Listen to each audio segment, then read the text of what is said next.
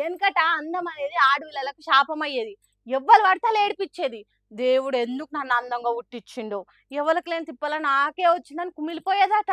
పైసా పలుకుబడి ఉన్నోళ్ళ కంట్ల పడితే కథమే ఇగ ఆడపిల్ల బతుకన్నట్టు ఉండేదట.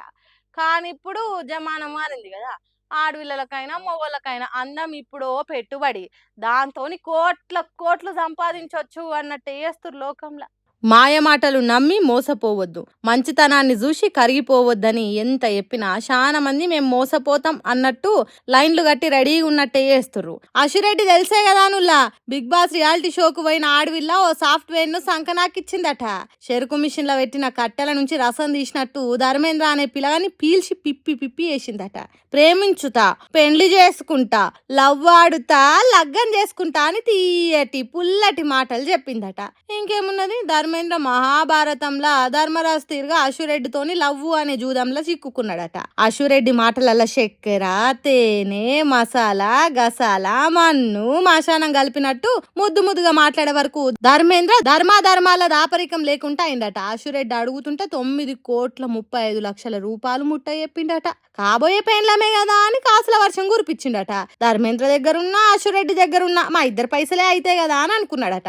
అందుకే 5 కిలోల బంగారము, పట్నంలో మెయిన్ సెంటర్ల ప్లాట్లు, లగ్జరీ కార్లు కొనిచ్చిండట.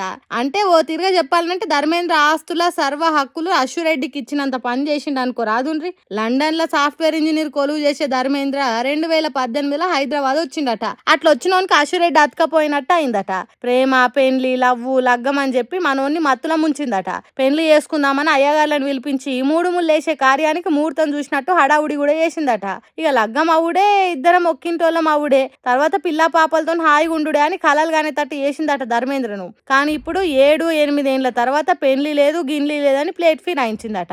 హవో గట్లెట్లుంటది, నీకు ఇచ్చిన పైసలు నాకు ఇచ్చాయి అని అంటే చేతులు ఎత్తేసిందట. ఓ నాయనో మోసపోయినరో అని మొత్తుకునే కాడికి వచ్చిందట ధర్మేంద్ర పరిస్థితి.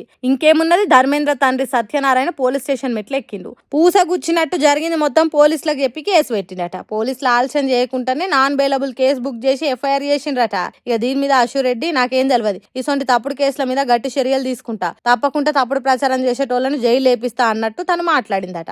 మరి ఎవలని మోసం చేసిండ్రు, ఎట్లా చేసిండ్రు అనేది పోలీసులే తేల్చాలి. ఎందుకంటే మొత్తం లెక్కలేస్తే ఏ కొద్దిగా తక్కువ 20 కోట్ల వ్యవహారం కాబట్టి పైలంగా ఈ పైసల వ్యవహారం తేల్చాలి. లేకుంటే గిసొంటి మోసాలకు లైన్ క్లియర్ చేసిన వాళ్ళే పోలీసులు అవుతారని అంటుర్రు అశురెడ్డి వ్యవహారం ముచ్చట తెలిసిన వాళ్ళు.